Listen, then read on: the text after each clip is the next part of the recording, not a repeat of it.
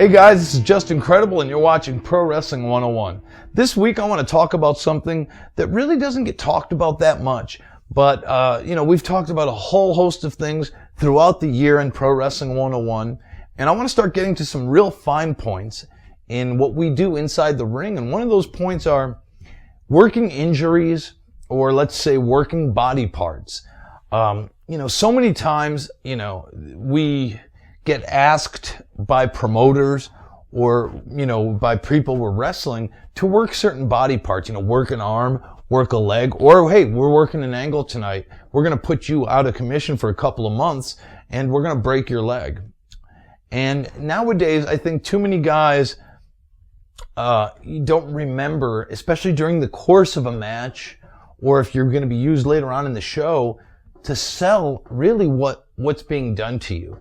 The best advice I can give, and it was the best advice given to me by Terry Funk years ago, is if this shit we're doing was real, how would you feel if somebody tried to break your leg, or almost succeeded breaking your leg, or ramming your shoulder, into a post, or smashing it with a chair? I mean, how would you feel? It would be pretty bad off. I mean, I always try to interpret what somebody's doing to me as how would this feel in real life? And a lot of times there's not a lot of difference, because sometimes these guys are swinging for the fences.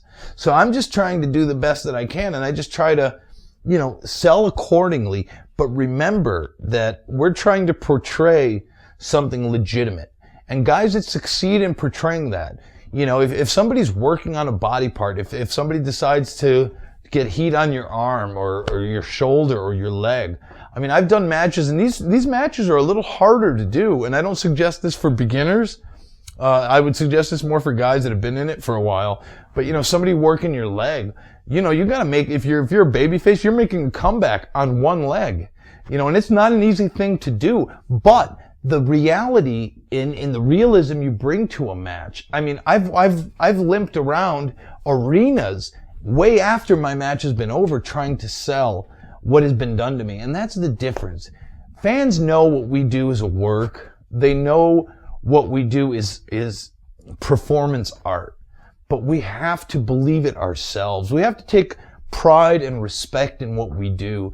And just, always think to yourselves, and this is the best piece of advice I can give anybody out there, you can go so far in working injuries and working body parts if you just think to yourself for that 1 minute that what is being done to you is real, and act accordingly. And never forget that during the time.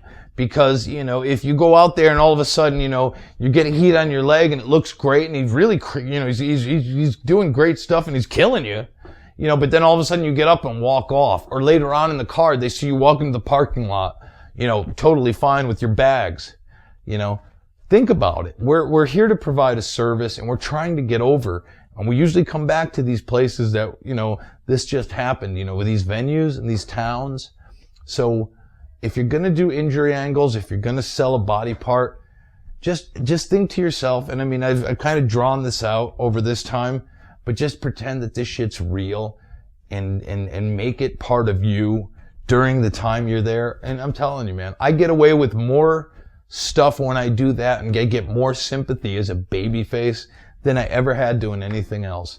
I'm Just Incredible, and that's Pro Wrestling 101.